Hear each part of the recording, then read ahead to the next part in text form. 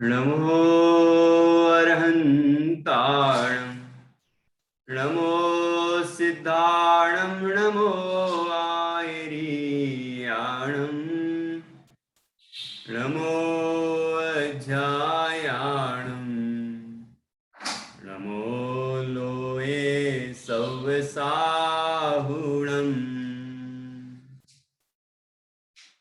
अरहंत सिद्ध साहू तिदियम जिणधम वयण पडिमाहु जिण निलयाय नवदेवादिन्तु मे बोहि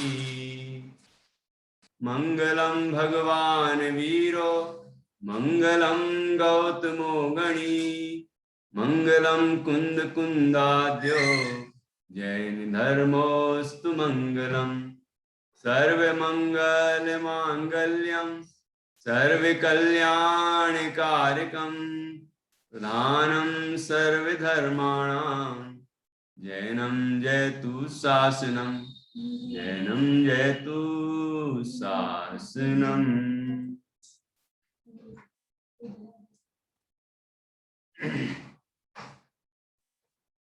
पहला काव्य भक्तामर प्रणत मौलिमणि प्रभाण मुद्योतकं दलित पाप तमोवितानं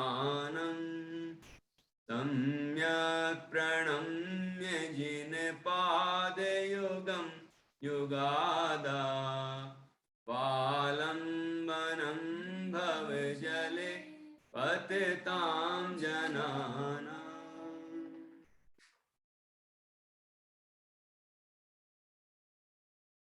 आचार्य श्री मानतुंग देव द्वारा रचित यह भक्तांबर स्तोत्र नामक महाकाव्य है, महान ग्रंथ है।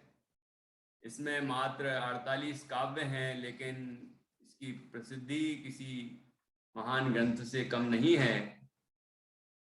ऐसा ये महान स्तोत्र भक्तामर स्तोत्र हमारी कक्षा में चल रहा है और कल तक हमने 15 काव्यों पर चर्चा कर ली है। आज हम 16वें काव्य से आगे बढ़ेंगे। अभी तक जो काव्य हुए हैं, इसमें पहले और दूसरे काव्य में भगवान जिनेंद्र को नमस्कार करके और स्तोत्र कहने की प्रतिज्ञा की गई।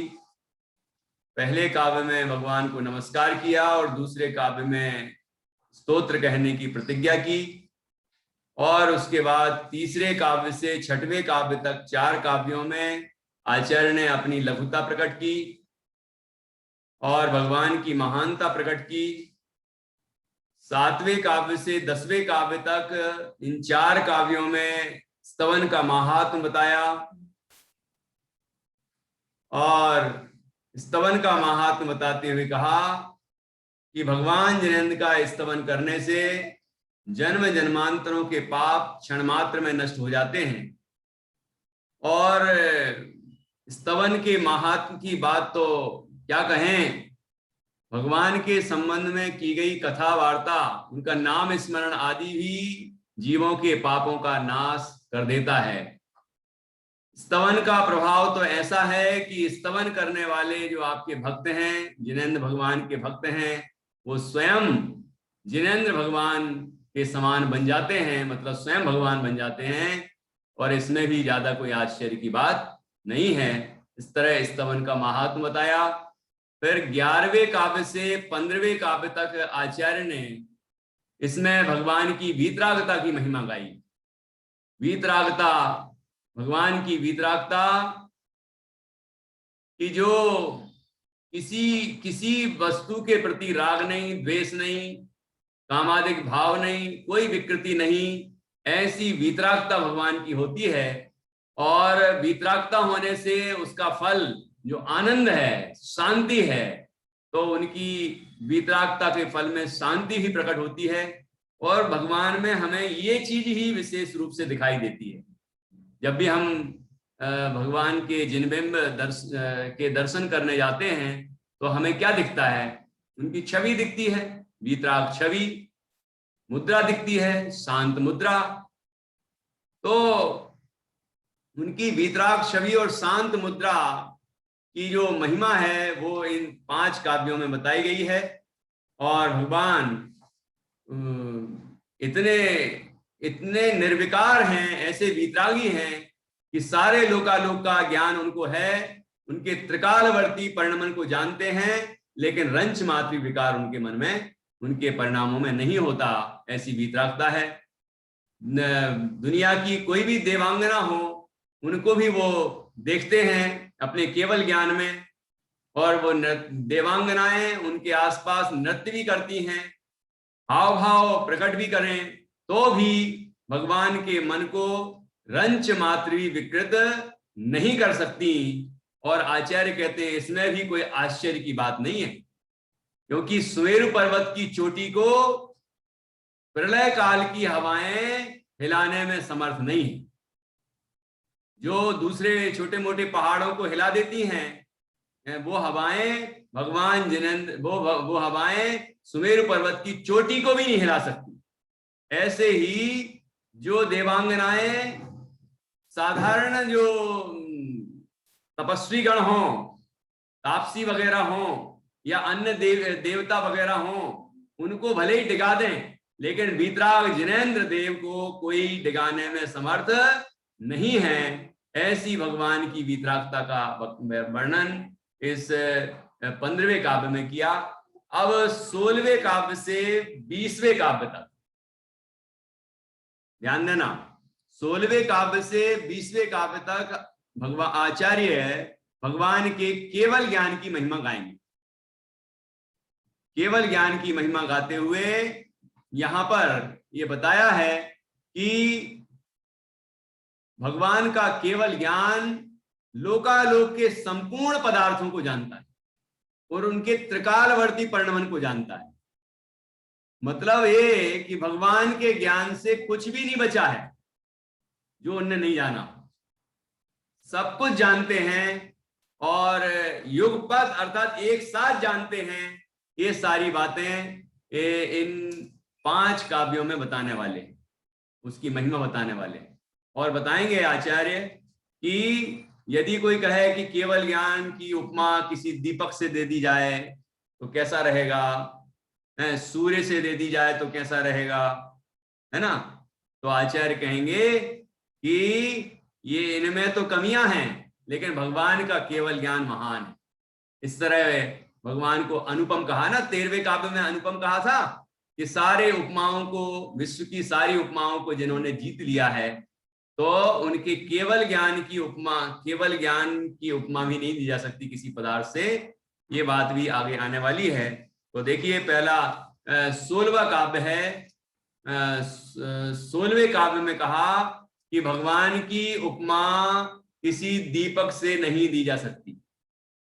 भगवान तो कोई अलौकिक दीपक हैं, केवल ज्ञान रूपी कोई अलौकिक दीपक हैं, जो लोक में दीपक है उससे उनकी तुलना की नहीं जा सकती। ऐसी सुंदर बात इस 16वें काव्य में की गई है।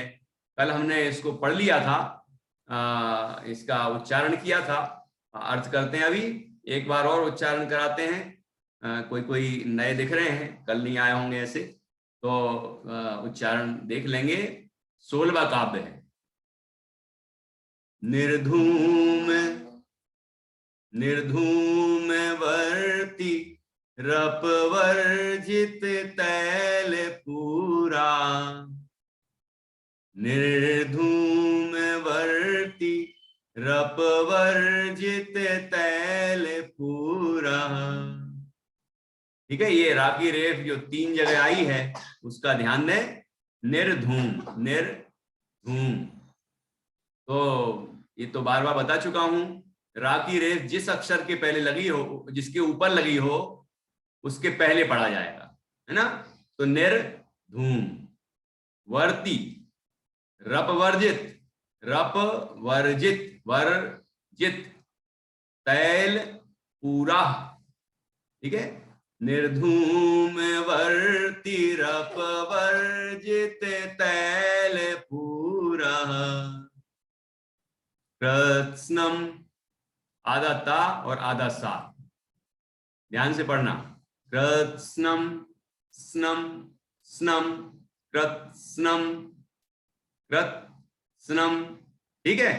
कृत्स्नम जगत्त्रयमिदं, जगत आदता है, त्रय मिदम, जगत्त्रयमिदं प्रकटीकरोसि। कृत्स्नं जगत्त्रयमिदं प्रकटीकरोसि। गम्यो न जातु मरुतां चलिता चलाना, गम्यो न जातु मरुतां चलिता चलाना। दीपोपरस्त्वमसि नाथ जगत प्रकाश। दीपो, ये जो इसके बाद अवग्रह चिन्ह वो नहीं बोलना है ना, वहां पर साइलेंट है। दीपोपरस्त्वमसि नाथ जगत प्रकाश। साइलेंट है का मतलब वहां कोई छिपा हुआ नहीं है, संधि है, आपके साथ विसर्ग की संधि होने से वो हो गया है। बस इसका यहाँ पर इस संकेत का चिन्ह है, अवग्रह चिन्ह इसको बोलते हैं। दीपोपरस त्वमसि नाथ जगत प्रकाश, जगत प्रकाश, ठीक है। दीपोपरस्त्वमसि नाथ जगत प्रकाश। अब मैं एक दो लोगों से पढ़वाऊंगा,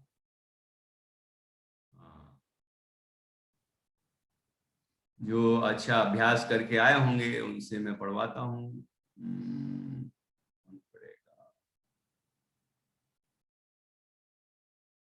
नविका पढ़ेगी। जी पंडित जी पढ़िए। जय जिनेंद्र पंडित जी। हाँ, क्लास में जय जिनेंद्र मत बोला करो, डिस्टर्ब होता है। और अभी हमारे सामने जिनवाणी विराजमान है, ठीक है ना, तो कोशिश करें कि ये आदत बदल दें। आगे और पीछे जब एकदम आए तो जय जिनेंद्र भेज दें, चैटिंग कर दें, या टाइम पे आ जाएं तो पहले से बोल लें। और आखिरी में तो जिनवाणी माता की जय बोलते हैं, जरूरत ही नहीं है, बोल रहा हूं तो बोल लेना, आप क्या करूं मैं, लेकिन बीच में नहीं। चलिए। निर्धूमवर्तिरपवर्जित तैलपूर्ः कृत्स्नं जगत्त्रयमिदं प्रकटीकरोषि। गम्यो न जातु मरुतां चलिता चलानां, दीपोपरस्त्वमसि नाथ जगत प्रकाश। अब आपने कैसा पढ़ा है ये बच्चे और बड़े लोग बताएंगे, यदि गलतियां निकाल पाए कोई। देखते हैं कौन ने गलती पकड़ी है। हाँ जी, किसी ने ध्यान दिया है कि इन्होंने क्या गलत पढ़ा है, क्या सुधार की आवश्यकता है? हाँ, देखते हैं, चांदनी से पूछते हैं। कृत्स्नम, कृत्स्नम कैसे पढ़ा? वहां पे अब समझ में, मतलब उसने कुछ गलत पढ़ा है। हाँ, कृत्स्नम मतलब गलत। हाँ, बिल्कुल ठीक पकड़ा। हाँ, कृत्स्नम ऐसे पढ़ना है, कृत्स्नम, कृत्स्नम। आधा ता है तो कृत, जी बिल्कुल दांत के वहां दबा दो, कृत्स्नम, कृत्स्नम, ठीक है। चलिए बढ़िया। और दूसरी, हाँ कोई बताएगा? गलती बताना है, जानना बताओ कि गलती। ये सारे हाथ खड़े हैं यार, इतनी सारी गलतियां तो नहीं की उसने। हाँ चलो बोलो।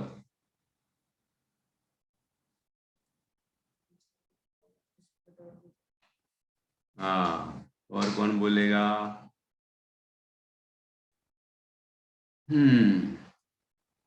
कुंजन, नेटवर्क इज डिस्टर्बिंग। प्रतिष्ठा, साध्या गलती बता रही हूँ क्या? कौन बता रहा है?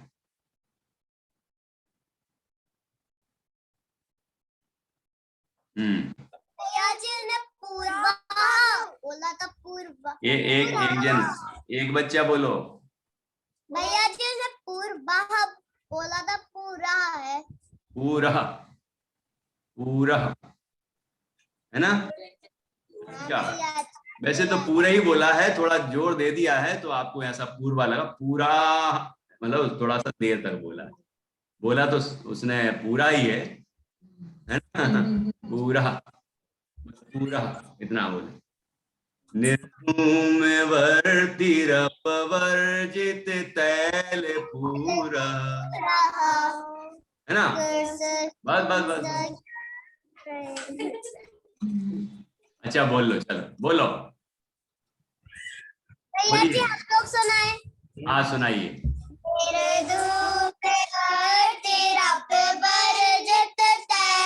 पूरा प्रसम जगत्रयमिदं प्रगटीकरोषि गम्यो न जातु मरुतां जलिताचलानां दीपोपरस्तमसि नाथ जगत्प्रकाशा। दीपोपरस्तमसि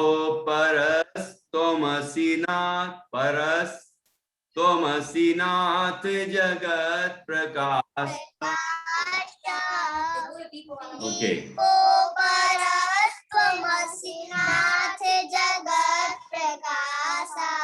बहुत सुंदर, बहुत बढ़िया। हाँ चलिए, बहुत अच्छा पढ़ा। अब अपन आगे बढ़ते हैं, इसका अर्थ करेंगे, फिर बाद में पूछेंगे। अर्थ भी पूछना है मुझे, है ना? अभी किसी भी दिन मैं पुराने काव्यों के अर्थ पूछ लूंगा, ठीक है? इसलिए तैयारी से आए, अब तैयारी करें अपनी, है ना, अच्छे से। चलिए देखो, निर्धूम, निर्धूम का अर्थ क्या होता है? धूम का अर्थ होता है धुआं। ध्यान से सुनना, धुआं। निर्धूम का अर्थ होता है धुआं रहे, जिसमें धुआं ना हो। वर्ती, वर्ती का मतलब होता है बत्ती, बाती, बाती। दिया में जैसे बाती होती है, बाती, है ना? दिया में दीपक, दीपक होता है। दीपक में क्या क्या होता है, पहले दीपक समझ लो तो आपको पूरा श्लोक, ये काव्य ही अच्छे से समझ में आ जाएगा। जैसे दीपक है, मिट्टी का दिया होता है, उसमें तेल भरा रहता है, पर उसमें वो बाती रहती है, रुई की, कॉटन, है ना, रुई की बाती होती है, और उसमें फिर आग लगाते हैं, मतलब ठीक है, उसको जलाते हैं तो ऐसा दीपक जलता है। और जलता है तो उसमें से धुआं भी निकलता है, निकलता है ना धुआं, साध्या? धुआं भी निकलता है, दिया तो जला ही होगा। तो अब देखो कि जैसे दीपक में क्या क्या पराधीनताएं हैं। दीपक तो वास्तव में वो जल रहा है ना, उसको ही कहते हैं, लेकिन उसके कारण उस दिए को भी दीपक कह देते हैं। तो दिया है, तेल है, उसमें बत्ती है, उसमें आग लगी है, मतलब वो लौ जल रही है, जिसको दीपक कहते हैं वास्तव में, और उसमें से धुआं निकल रहा है, और हवा आती है तो ऐसा ऐसा ऐसा ऐसा हिलने लग जाता है। ये तो देखा होगा ना आपने, ठीक है? अब कह रहे हैं भगवान का जो केवल ज्ञान रूपी दीपक है वो कैसा है? भगवान का केवल ज्ञान रूपी दीपक है वो कैसा है? कहते हैं निर्धूम, उसमें कोई धुआं नहीं उड़ता। अभी ये प्रतीक बनाए हैं, प्रतीक भी समझाऊंगा किस बात को संकेत दे रहे हैं, है ना? धुआं नहीं है, केवल ज्ञान रूपी दीपक में कोई धुआं नहीं है। वर्ती, कोई बत्ती नहीं है, बाती, कोई बाती की पराधीनता नहीं है। जैसे कि वो लौ जलती है, जिसको दीपक कहते हैं वास्तव में, वो बाती से जलती है। और अपवर, तो ये निर लगा है, जब निर लगा है तो वो धूम में भी लगेगा और वर्ती में भी लगेगा। तो निर्धूम मतलब धुआं से रहित, और निर्बाती मतलब बाती से रहित। ठीक है, ये निर लगा दिया तो ये दोनों में लगाया है, मतलब धुआं से और बाती से रहे।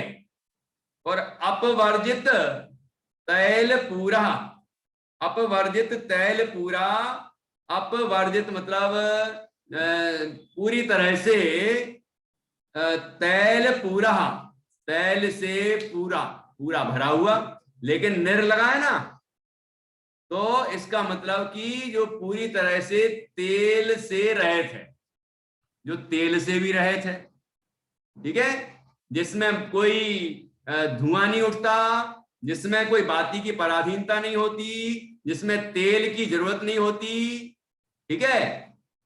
और क्या करता है देखो कि वो दिया जलता है तो दिया कितनी जगह में रोशनी फैलाता है, जैसे कमरे में रखा है तो कमरे में जो रोशनी फैलाएगा, चलो हैं, और कमरे के बाहर,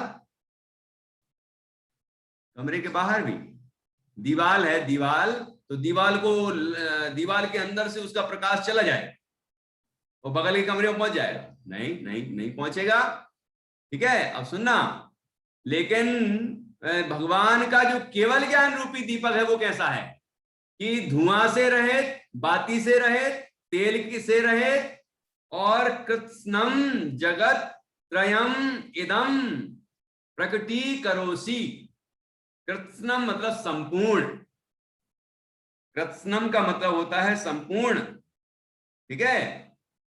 तो संपूर्ण जगत त्रयम, कितने जगत होते हैं, जगत का अर्थ है लोक, और त्रयम का मतलब है तीन, तो तीन लोक, ठीक है, तीन लोक, इदम यह, तीनों लोकों को संपूर्ण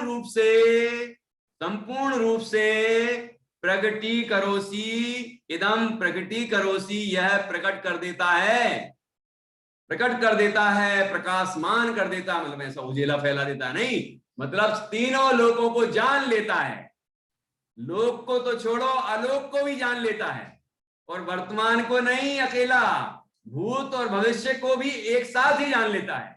ऐसा केवल ज्ञान का महात्म होता है, जिससे कोई दुनिया की वस्तु जानने से बाकी रह ही नहीं गई है, ऐसा है केवल ज्ञान रूपी दीपक, ठीक है। आगे देखो और क्या क्या, गम्यो न जातु मरुताम चलिता चलानाम, गम्यो न जातु, कि गम्यो न जातु, हिलता डुलता नहीं और बुझता नहीं, है ना, गम्यो न जातु, बुझता भी नहीं, कौन सी हवा से, मरुताम, मरुता मतलब हवा होता, मरुत हवा, कौन सी हवा से नहीं हिलता डुलता और बुझता, कि चलित अचलानाम, अचलों को भी जो चलित कर दे, अचल का अर्थ होता है पहाड़ पर्वत, पर्वतों को भी जो चलायमान कर दे, डावाडोल कर दे, हिला दे, ऐसी जो हवाएं हैं उनसे भी वह केवल ज्ञान रूपी दीपक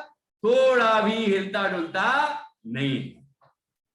ये वाला दीपक, अपने घर का दीपक तो थोड़ी सी हवा में ही बुझ जाएगा, हैं, लेकिन वो केवल ज्ञान रूपी दीपक कैसा है, अर्थात केवल ज्ञान कैसा है कि जो किसी भी तरह से हिलता नहीं, बुझता नहीं, ऐसा अचल रहता है, ऐसा केवल ज्ञान रूपी दीपक होता है, और वो लोकालोक के समस्त पदार्थों को एक साथ जानता है, ऐसा केवल ज्ञान का महात्म है। तो आचार्य आगे कहते हैं, दीपः, दीपो लिखा ना, विच्छेद करेंगे संधि का, दीपः अपरः, स का विसर्ग है, अपरः त्वम असि नाथ जगत प्रकाशः, कि त्वम अर्थात आप, तुम अपर दीपः असि, अपर दीपक हो, अपर मतलब कोई अलौकिक, अलौकिक दीपक हो, नाथ संबोधन का चिन्ह है, हे नाथ तुम कोई अलौकिक दीपक हो, कोई दूसरे ही तरह के दीपक हो, कोई अद्वितीय दीपक हो। ये दीपक तो जो हमारे पास है ना, दुनिया में जो दिखाई देता है, अपन जलाते हैं, तो वो जो दीपक है उसमें तो इतनी विकृतियां हैं, लेकिन आप केवल ज्ञान रूपी दीपक जो आपका है ये तो अलौकिक है, अद्भुत है, अद्वितीय है। ऐसा कोई दीपक दुनिया में कोई होता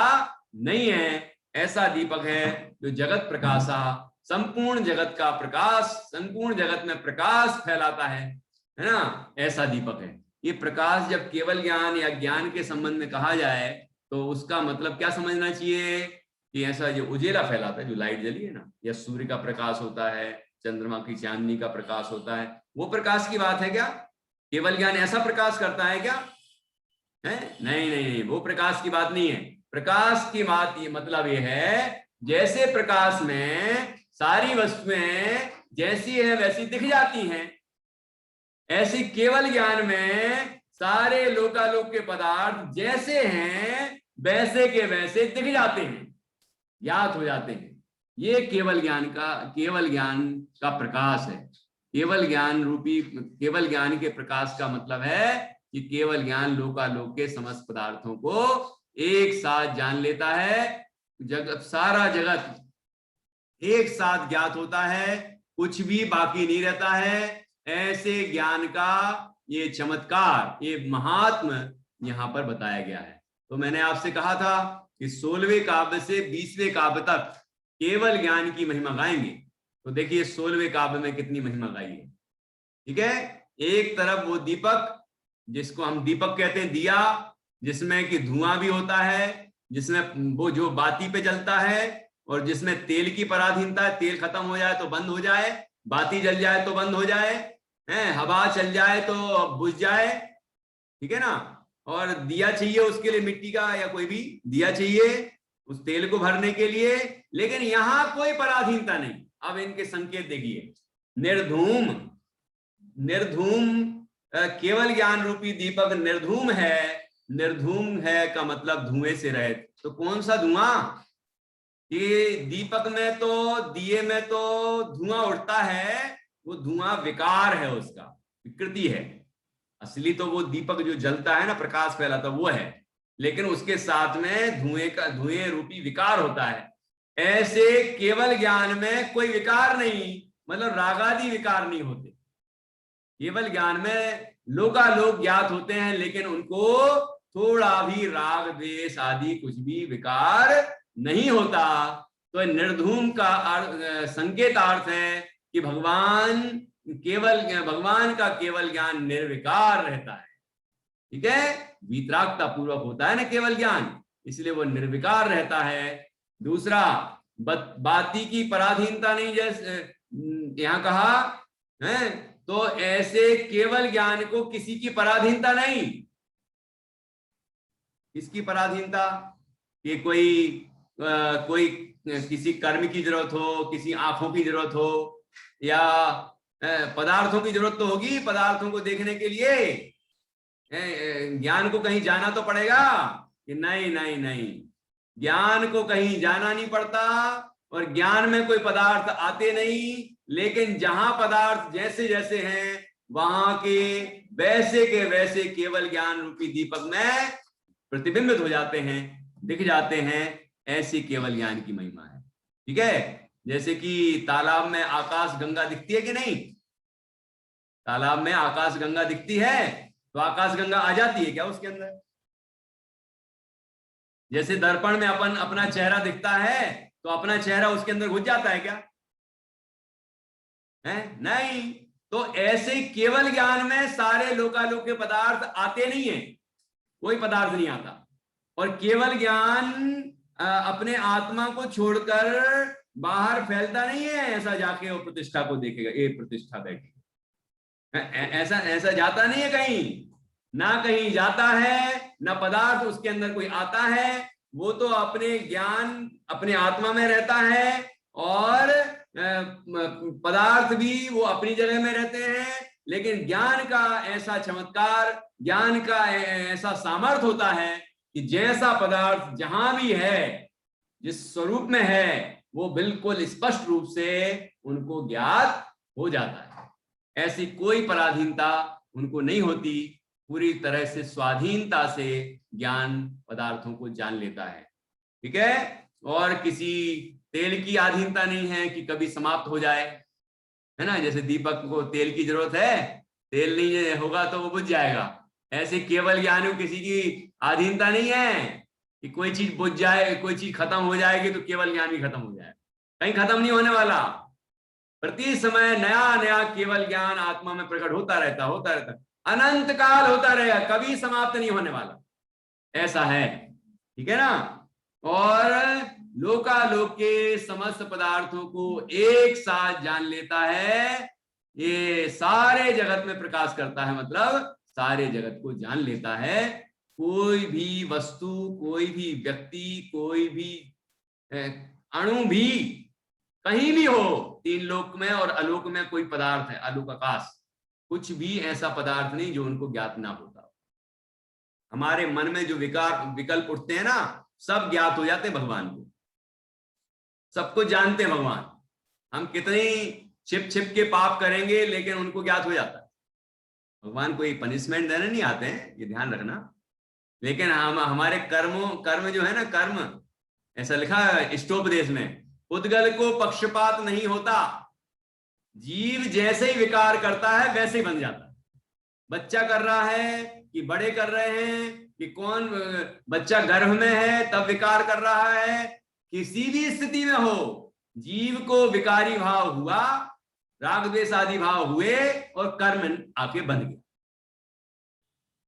ठीक है। और अपने समय में उदय में आके फल भी देता है। इसलिए ये ना सोचे कि हमें कोई देख नहीं रहा है तो हम कुछ भी कर लें, किसी तरह के विचार कर लें, है ना, तो ऐसा कुछ भी करेंगे तो हमें उसका कर्म बंधेगा।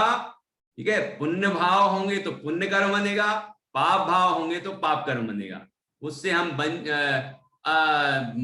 बचने वाले नहीं। ठीक है।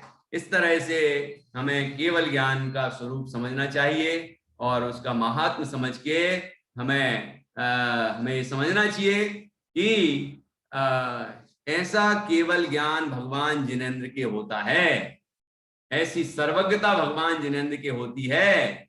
और उन सर्वज्ञ भगवान ने ये जिनवाणी उनकी वाणी है, ये वस्तु का स्वरूप उनने बताया है, ये मोक्ष मार्ग हमें उनने बताया है, वीतरागता पूर्वक, जिन्होंने अपनी सर्वज्ञता से सारे लोकालोक को जैसा है वैसा जाना, हमारे स्वरूप को, अपने स्वरूप को उनने जाना और सब कुछ जैसा है वैसा का वैसा बताया है। इसलिए उस पर विश्वास करें, जिन वच में शंका न धार। ठीक है। और विश्वास करके उस मार्ग का अनुसरण करें तो निश्चित रूप से हमें वैसी ही दशा प्राप्त होगी जैसी भगवान की आनंदमय दशा हुई है। ठीक है। इस तरह से यहाँ पर समझना चाहिए। और एक बात और महत्वपूर्ण है जो समझना चाहिए, ये केवल ज्ञान किसको प्रकट हुआ है? भगवान को प्रकट हुआ है ना, भगवान को है। तो भगवान कैसे बने? कौन थे भगवान? कि भगवान हमारे जैसे थे, मतलब तो उनने क्या किया, उनने अपने आप को जाना तो वो भगवान बन गए, केवल ज्ञान हो गया।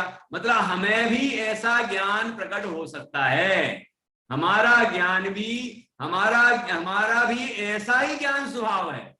स्वभाव तो अभी भी ऐसा ही है, जब हम अपने स्वभाव को जानेंगे तो वह ऐसा प्रकट हो जाएगा। तो हम अपने आत्मा को जाने तो परमात्मा बन सकते, हम भी केवल ज्ञानी बन सकते, हम भी वीतरागी हो सकते। ठीक है। और अनंत आनंद पा सकते। इस तरह से ये 16वां काव्य हुआ। इसका अन्वयार्थ पढ़ता हूं, फिर काव्य पढ़ेंगे और फिर 17वां काव्य पढ़ेंगे। निर्धूम वर्तिरपवर्जित तैल पूरा, कृत्स्नं जगत्त्रयमिदं प्रकटीकरोसि,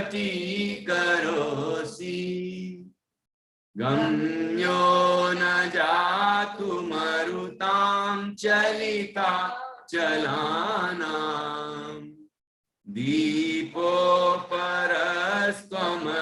नाथ जगत् प्रकाश। अन्वयार्थ।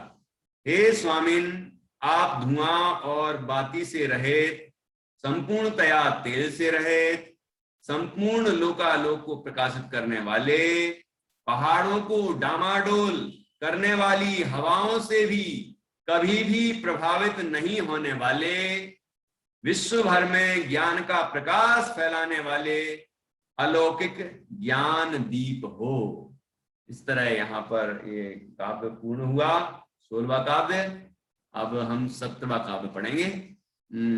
एक आध प्रश्न कर लूं आप लोगों से, इतनी देर में आपने क्या सीखा है थोड़ा चेक कर लेता हूं, है ना। चलो बता, कि पहले बताइए, ये जो दीपक होता है ना, दीपक जलता है, उसमें क्या क्या कमियां होती हैं? दीपक की कमियां बतानी है। दिया दिया वो जलाते हैं, उस दिए के बारे में बताना है आपको, है ना। चलो कौन बताएगा? साध्या ने दिया ही नहीं देखा बेचारी ने, मैं ऐसे कर रही, क्या क्या कह रहे, दीपक कैसा होता है ये दीपक? क्यों साध्या, कभी नहीं देखा है? देखा है पंडित जी, पर तो बताइए। कमियां समझ अच्छा बताइए, कमियां समझ में नहीं आई। अच्छा तो विशेषताएं बता दो, मतलब दीपक में क्या कैसा क्या होता डाला है दीपक? हाँ कैसा होता है बताओ। दीपक में एक तो हम तेल डालते हैं और बाती डालते हैं और फिर से जला देते हैं। अच्छा तो उसमें से धुआं निकलता है क्या? हाँ, धुआं भी निकलता है। अच्छा अच्छा, और तेल खत्म हो जाए तो? तेल खत्म हो जाए तो मतलब तो दिया आग जो रहती है, मतलब वो ज्यादा देर तो रह नहीं पाती। अच्छा वो बुझ जाएगा मतलब? हाँ। अच्छा, और बत्ती जल के खत्म हो जाए तो? खत्म हो जाए बाती बाती, वो रुई रुई कॉटन, वो खत्म हो जाए तो? वही खत्म हो जाए तो दिया ही नहीं बचेगा। ठीक है, तो यही तो कमियां है उसकी। हाँ, तो इस तरह से ये दिया दीपक के बारे में बताया। अब भगवान के केवल ज्ञान की विशेषताएं बतानी है। जो दीपक में कमियां हैं वो भगवान के केवल ज्ञान रूपी दीपक में कमियां नहीं है। तो वो कैसा है केवल ज्ञान रूपी दीपक, वो कौन बताएगा?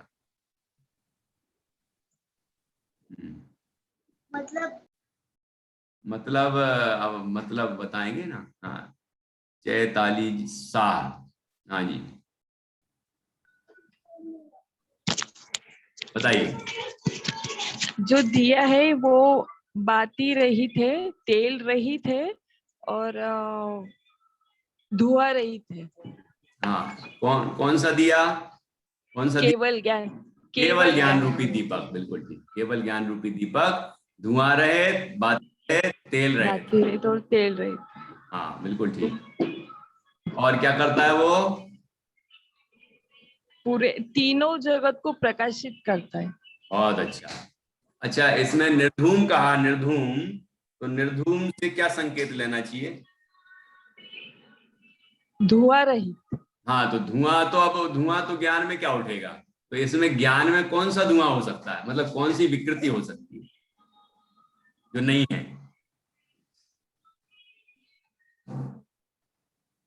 कौन सा विकार हो सकता है? जैसे कि विकार है ना, दीपक में धुआं है, तो केवल ज्ञान रूपी दीपक में कौन सा धुआं नहीं है, मतलब कौन सा विकार नहीं है?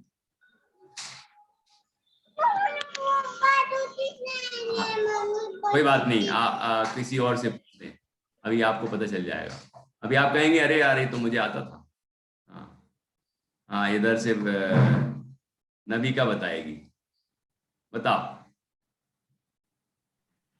पंडित जी, उसके अंदर राग आदि पाप और परिग्रह के 14 रंग के सम्यक सारे पाप और कषाय हैं, वो विकार है। हाँ, वो तो होते हैं कि नहीं होती है केवल ज्ञान के साथ? तो उस केवल ज्ञान रूपी दिए में वो नहीं होते हैं। हाँ बहुत अच्छा, मतलब केवल ज्ञान रूपी दीपक राग द्वेष से रहित होता है, सारे विकारों से रहित होता है। ज्ञान तो लोकालोक का होता है, मतलब सारे लोकालोक को जानता है केवल ज्ञान, लेकिन विकार बिल्कुल नहीं होता। कि उनके खुद के पूर्व भाव भी जानते हैं, अपने परिवार वालों की, जो परिवार था ना पहले, है ना, गृहस्थ में थे जब, तो उनके बारे में भी जानता है, और दुनिया भर के सारे जीवों के बारे में, सारे द्रव्यों के बारे में जानता है, लेकिन राग द्वेष बिल्कुल नहीं होता। अच्छा, पार्श्वनाथ भगवान को जैसे केवल ज्ञान हुआ, उनको पता चला अच्छा ये कमठ इसने ऐसा किया था, ये तो सही बात थी, इसने तो ऐसा विकृत भाव किया था, अपराध किया था, मैंने तो इसको माफ कर दिया था, है ना, लेकिन इसने तो गलती की थी। ऐसा सोच के द्वेष आने लगता होगा, है द्वेष आया होगा कि नहीं आया होगा केवल ज्ञान में जानने के बाद? कि केवल ज्ञान में जानने के तो पहले ही से उनके अंदर उनके प्रति द्वेष नहीं था, वहां भी उनको सारी बातें मालूम थी। जब वो मरुभूति थे, मालूम चल गया था कि इसने क्या अपराध किया है, फिर भी क्षमा कर दिया। लेकिन उसके अंदर अपराध करने पर भी कसाय देखो कितनी, इसकी वजह से राजा ने मुझे दंड दिया, और उसने उनके ऊपर ही पत्थर पटक दिया, है कि नहीं, पूर्व भाव की कहानी। तो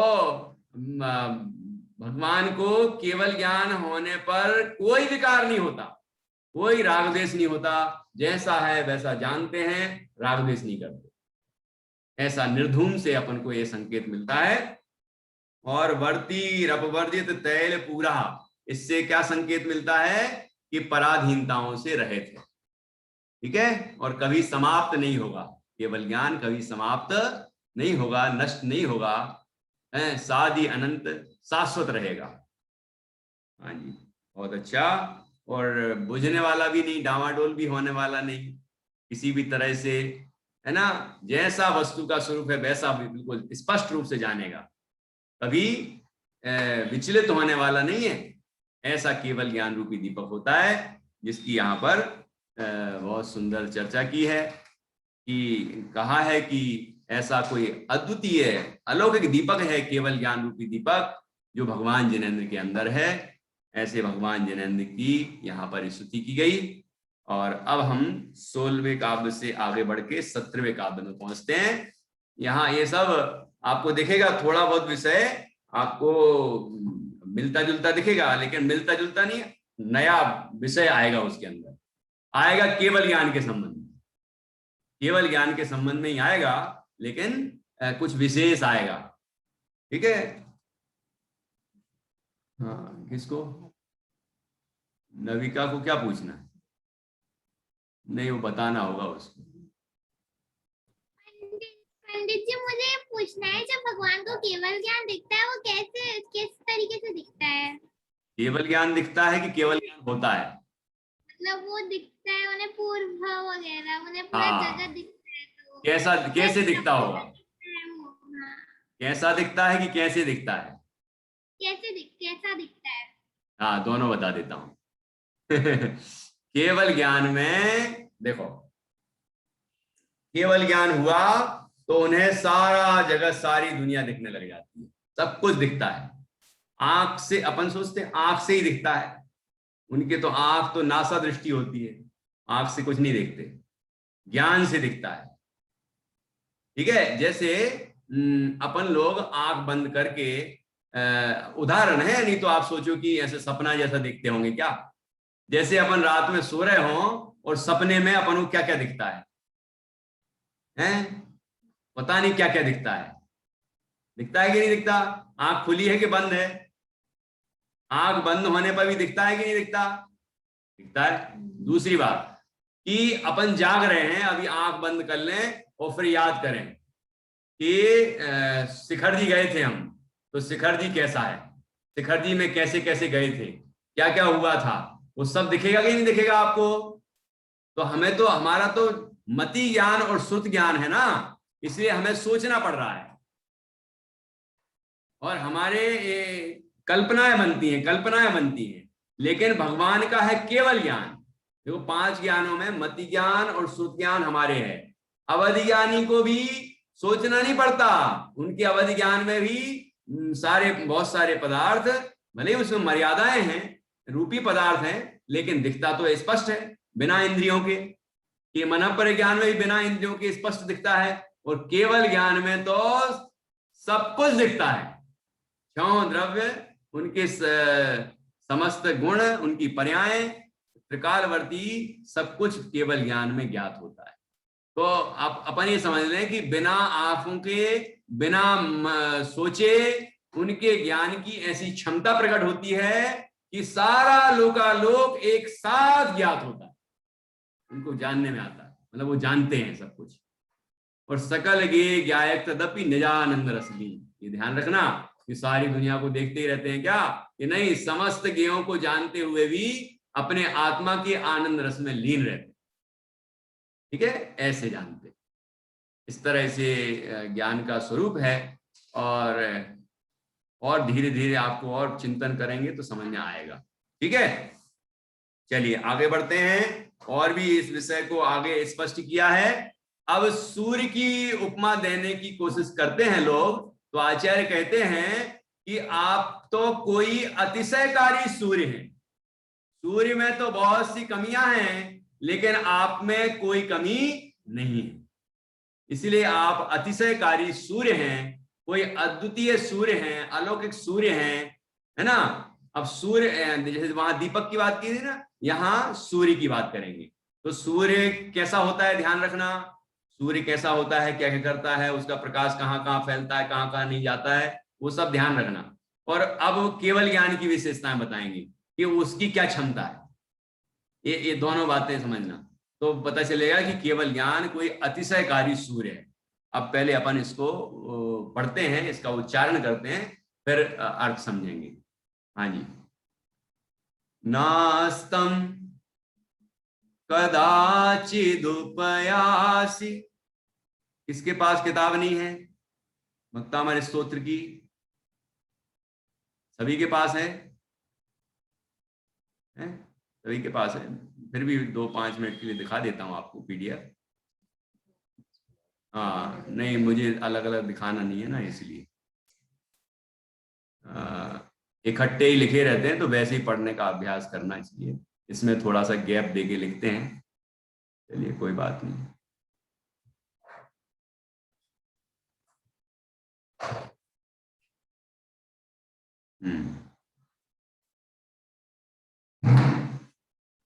ये तो हो गया है ना। नास्तम कदाचिदुपयासि, कदाचिदुपयासि न राहुगम्य। अब इसमें दू यहां तक लिखा, फिर डैश लगा है, कोई समास नहीं है, ये आपको पढ़ने के लिए आ जाए इसलिए लिखा है। कदाचिदुपयासि ऐसे ही पढ़ना है इसकी, कदाचिदुपयासि, केवली गड़बड़ नहीं करें।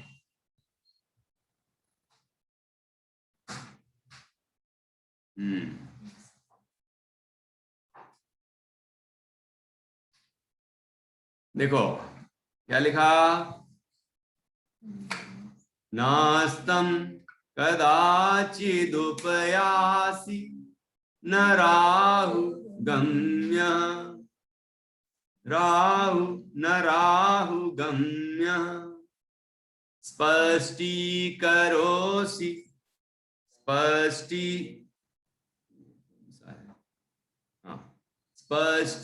स्पष्टीकरोसि सहसा युगपत् जगन्ति।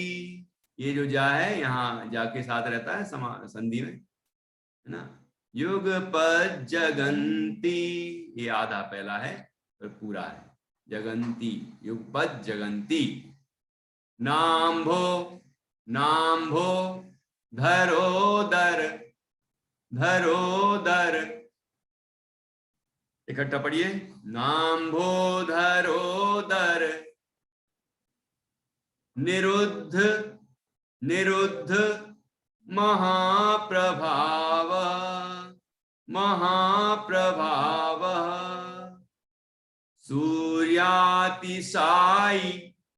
सूर्यातिसाई महिमासि, महिमासि मुनीन्द्र लोके, मुनीन्द्र लोके। ठीक है, अब इसको एक साथ पढ़ते हैं। नास्तम कदाचिदुपयासि न राहुगम्य, नास्तं कदाचिदुपयासि न राहुगम्य स्पष्टीकरोसि सहसा युगपज्जगन्ति नाम्भोधरोदर निरोध महाप्रभाव सूर्यातिसाई महिमासि मुनीन्द्र लोके। ठीक है,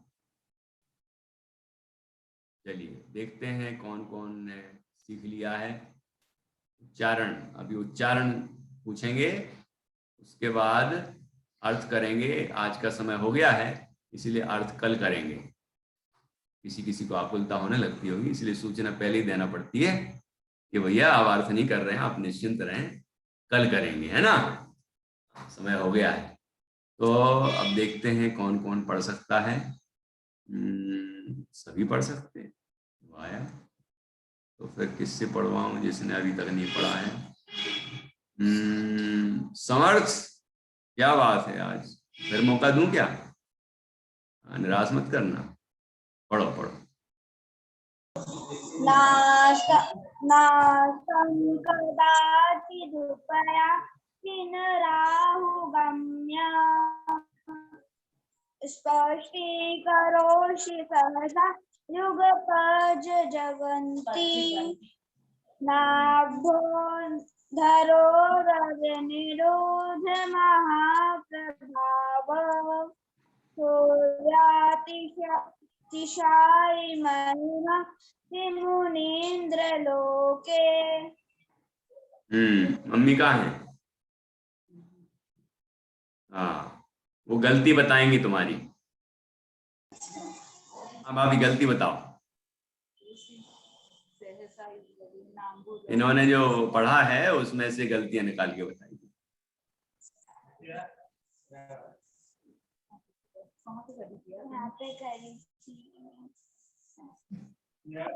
एक जगह करी थी मैं। हाँ हाँ, कोई बात नहीं, बताइए, जितनी भी पकड़ में आई उतनी बताइए।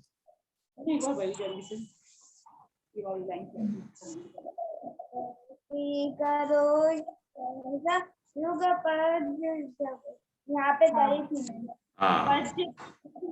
हाँ हाँ, युगपज, युगपज ऐसे पूरा जा ऐसा नहीं बोलना है, युगपज जगंती, युग जगंती ऐसे बोलना।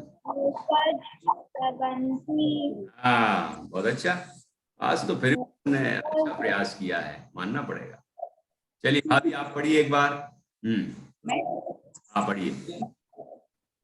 नास्तं कदाचिदुपयासि न राहुगम्य स्पष्टीकरोषि सहसा युगपज्जगन्ति नाभोधरोदरनिरोध महाप्रभाव सूर्यातिशायि महिमासि मुनीन्द्र लोके। ठीक है, बढ़िया पढ़ा। चलो, फिर भी किसी कोई तरह की कोई कमी हो तो कोई बताना चाहे तो बता सकते हैं। आपकी सासू जी से पूछ लूं क्या? हाँ बताइए बुआ जी, बताइए, कुछ सुधार की आवश्यकता हो तो बताएं। अनम्यूट नहीं कर पाएंगे क्या? करिए, वहां ऑप्शन आता है, उस पर टच कर दो। हाँ हो गया, बस अब नहीं छूना। हाँ बोलिए। स्पष्टीकरोषि। हाँ स्पष्ट। हाँ, इसको ई बोला ना, थोड़ा सा वैसे बुंदेलखंड की स्टाइल में ई बोलने में आता है। जैसे स्कूल कोई नहीं बोलता हमारे तरफ, स्कूल ही बोलते हैं। हाँ, तो वो इस हिसाब से वो इस स्पष्टी ऐसा आ गया है, तो ई नहीं बोले, स्पष्टीकरोषि सहसा युगपज्जगन्ति ऐसा बोले। बहुत अच्छा, अभ्यास करेंगे तो आ जाएगा। बहुत अच्छा पढ़ा आप लोगों ने। हाँ जी, आज तो समर्थ ने भी कमाल कर दिया। आज लगता है जिनमाणी स्तुति भी तैयार करके आया होगा। हाँ, ऐसे ही लग रहा है मुझे।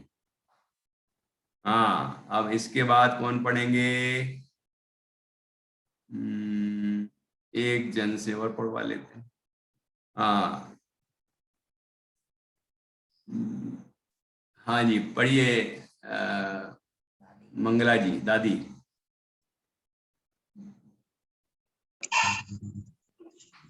नास्तं कदाचिदुपयासि नराहुगम्य स्पष्टीकरोषि सहसा युगपज्जगन्ति नाम्भोधरो अनिरुद्धमहाप्रभावो सूर्यातिशायि महिमास्ति मुनीन्द्र लोके। बहुत बढ़िया, बहुत अच्छा पढ़ा है। अब मुझे तो किसी से पूछने की जरूरत ही नहीं है ना। बहुत अच्छा पढ़ा आपने। ऐसे ही सभी को शुद्ध उच्चारण करना चाहिए, है ना। चलिए, अब इस तरह अपन आज की चर्चा को यहाँ पूर्ण करते हैं। 17वें काव्य का अर्थ कल करेंगे।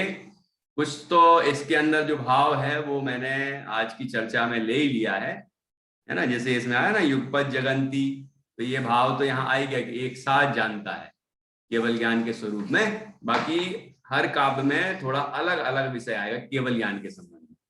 तो बहुत सुंदर चर्चा है, उसे हम सभी को बड़े अच्छे तरीके से समझना चाहिए। तो कल 8:15 बजे ठीक अपन आगे की चर्चा बढ़ाएंगे आगे, ठीक है ना। अभी जिनमाणी स्तुति करेंगे, तो समर्थ को पुनः एक बार अवसर दिया जा रहा है। समर्थ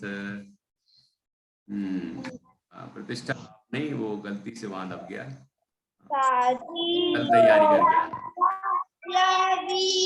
रागवाणी अविच्छिन्न धारा निज धर्म की कहानी जामे अतिथि विमल अगाध ज्ञान पानी गहन संग आदि भक्त की निशानी साची को बंगाली रागवाणी अविच्छिन्न धारा निज धर्म की कहानी सप्त धर्म उत्तरज संपदानी संकचित मानवंद रमेश ज्ञानी जाके अगवा अब जाके अवगाहन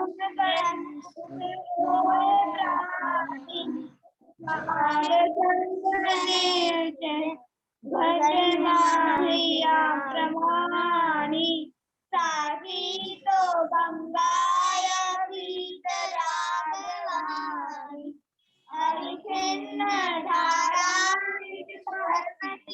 कहानी।